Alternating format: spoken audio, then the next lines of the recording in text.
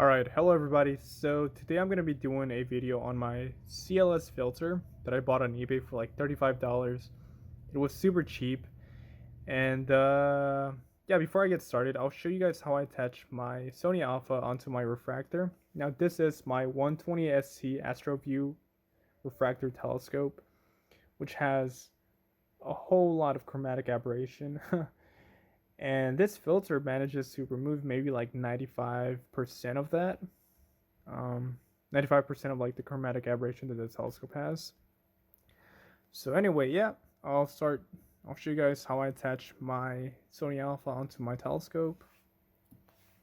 So I have three adapters right here. So this is my regular Nikon F T-ring adapter. And this is a 2-inch to M42 adapter, I believe. I think that's what it's called. Yeah, that's what it's called. And this is a Nikon F mount lens to Sony E mount. So what I do is I attach my T-ring onto my Sony E mount, and then I screw my 2-inch adapter onto my T-ring like that.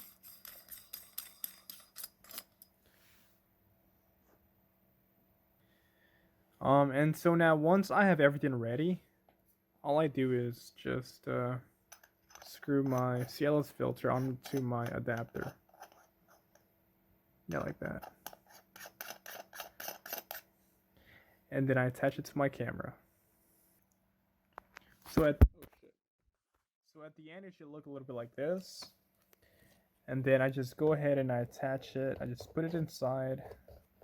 Alright, there we go. And I never really, I never really put the adapter all the way in, just because I need, the extra length in order to achieve focus. And the problem with this is that you're basically just increasing your focal length, and that just causes for your stars to just, start trailing basically.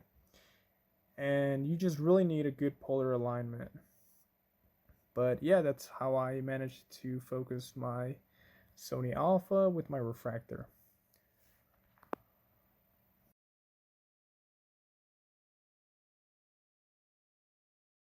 Alright, and I also wanted to show you guys this like weird vignetting effects that I get on my images. And I feel like this is just mainly due to the fact that I'm imaging in a light polluted area, because I also get these like weird effects with my Astro Duo narrowband filter, but that's only when I'm imaging in the city. So for example, if I go out into a dark side, I usually I always get like a flat image. I never really get any vignetting on my images like this, on my final stacked images, right? But yeah, I just wanted to show you guys what it looked like. So yeah.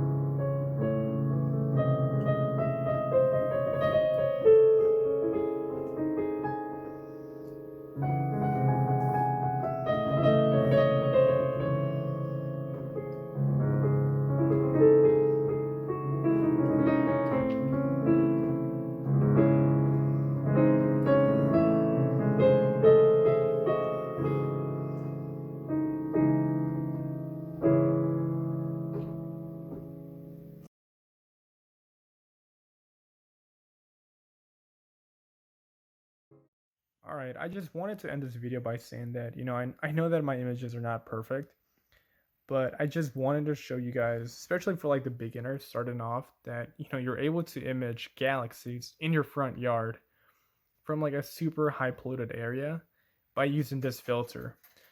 But yeah, I mean, this filter just completely shocked me, just from the fact that you're able to capture galaxies, right?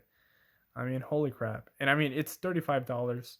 So, I mean, even if you don't like it, it's not going to be like a complete waste of money, rather than going and spending like $100 or like $200 for like a filter, right? So I highly recommend it, and hopefully you can check it out. But yeah, thank you.